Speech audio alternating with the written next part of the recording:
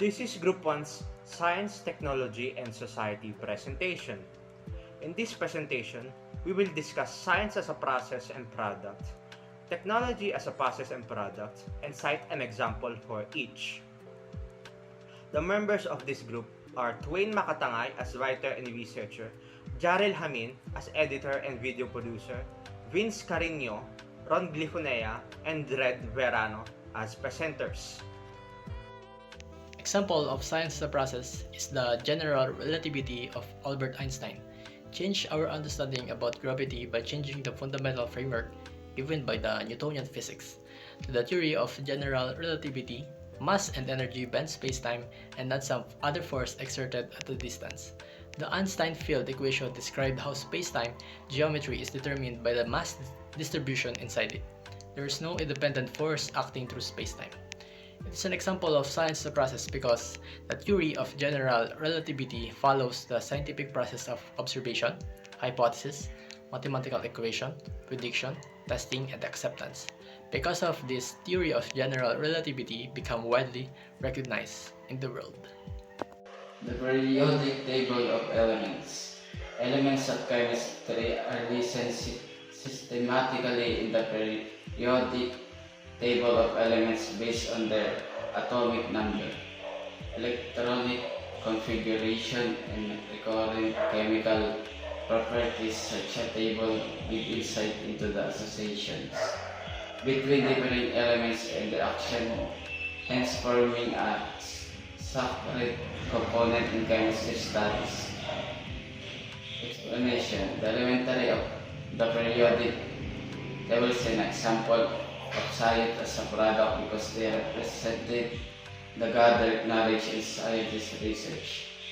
The element of the table is the result of the product of the experiment, observation, and discoveries by scientists through the years.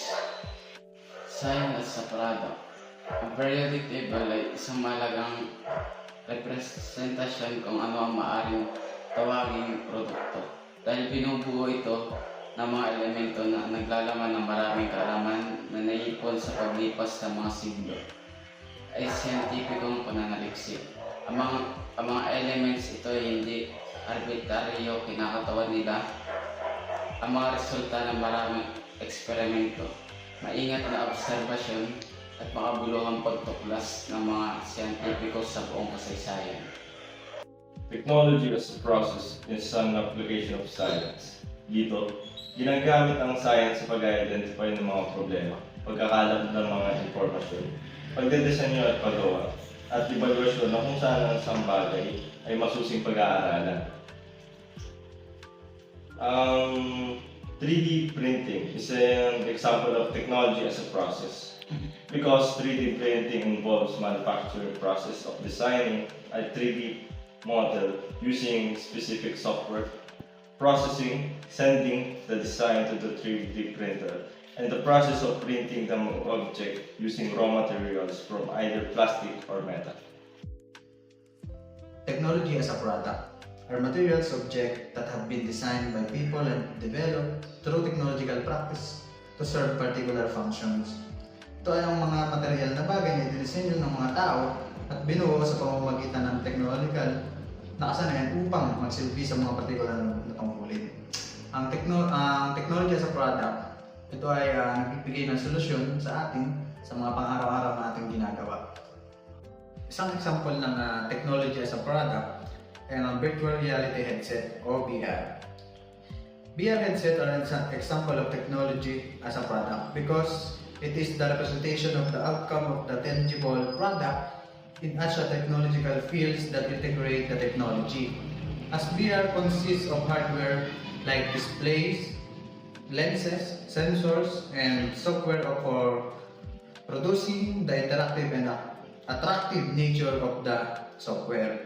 This is developed and produced as a product of technology that affects various industries and other technological fields. These are all the references we have used in this discussion. Thank you for listening to our presentation.